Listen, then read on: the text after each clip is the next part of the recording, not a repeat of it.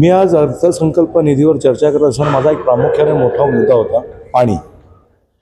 तर तुम्ही सांगा, आज मुंबईमध्ये ठिकठिकाणी पाणी गळती आहे, पाण्याचे पाईपलाईन्स डॅमेज होतात, वॉल डॅमेज होतात, लोकांना पाणी मिळत नाही.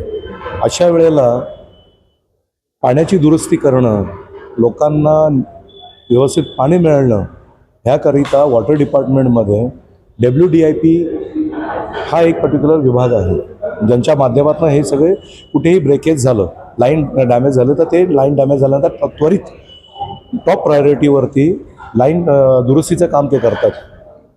जर कुठे प्रदूषणाचा विषय असेल, लाईन कंटॅमिनेशनचा विषय असेल, तर युद्ध पातळीवर ताबडतोब कॅमेराज लेआउट करणं, मिळेल त्या स्पॉटला लगेच पाईप कापून तिथे लिकेज पॉईंट डिटेक्ट करणं आणि रिशेड्यूल करणं, हे प्रामुख्यानं WDIPचं काम आहे. आणि अशा वेळेला WDIPचा जो फंड होता तोच ह्यांनी प्रशासनाने कमी केलेला. आज जवळजवळ 20 ते 30% आणि हा फंड कमी केला. आणि जर 20 ते 30% तुम्ही फंड केल्यानंतर आवश्यक असं आत्ताच जो फंड आहे त्या फंडातनंच कामं पूर्ण होत नाही आहे. आम्ही ज्या वेळेला वॉटर डिपार्टमेंटला बोलतो, अरे बाबा तुम्ही काम करा, ते वॉटर डिपार्टमेंट एकच बोलतो की आमच्याकडे निधी उपलब्ध नाही आहे, आम्ही कसं काम करणार. म्हणून आज मी हे प्रामुख्याने मागणी केली की आहे त्या निधीमध्ये वाढ करा, परंतु तुम्ही कपात करू नका. हा माझा मूळ मुद्दा होता. तुमच्या प्रभागातल्या भाजी मार्केटचा प्रश्न असतील किंवा वेगवेगळे पाण्याचे नाल्याचे प्रश्न, त्या संदर्भात देखील तुम्ही प्रश्न उपस्थित केले. काय एकूण तुम्हाला वाटतं की हे सगळे तुमचे प्रॉब्लेम सॉल्व्ह होतील? बघा, प्रभागामध्ये नेतृत्व करत असताना आज मला प्रभागामधून नगरसेवक म्हणून निवडून दिलं, तर ते केवळकडे माझ्या त्या सर्वसामान्य जनतेने निवडून दिलं. त्यांच्या मतांवर मी निवडून आलो आणि त्यांचा आज माझ्यावर पूर्ण विश्वास आहे. विश्वास हा एक खूप महत्त्वाचा शब्द आहे.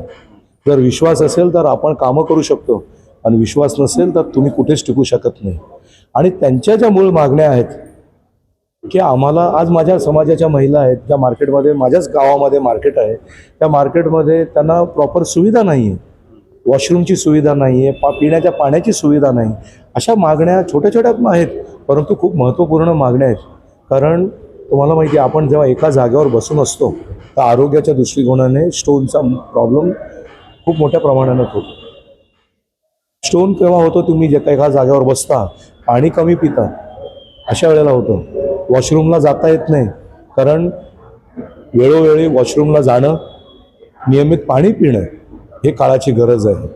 निधी वाटपामध्ये मोठे तफावत पाहायला मिळते. हो, मिळाले नव्हते. तुमच्या भाषेमध्ये, कोळी भाषेमध्ये घराणार आहे. वाटतं तुम्हाला सगळं हे? बघा, मी माझ्या पांडुरंगाला हाक मारली आहे, मी माझ्या कुळदैवत खंडेरायाला हाक मारली आहे, मी माझ्या कुळस्वामिनी आई एकविराला हाक मारली आहे की या सत्ताधारी पक्षाला कुठेतरी सद्गती मिळो.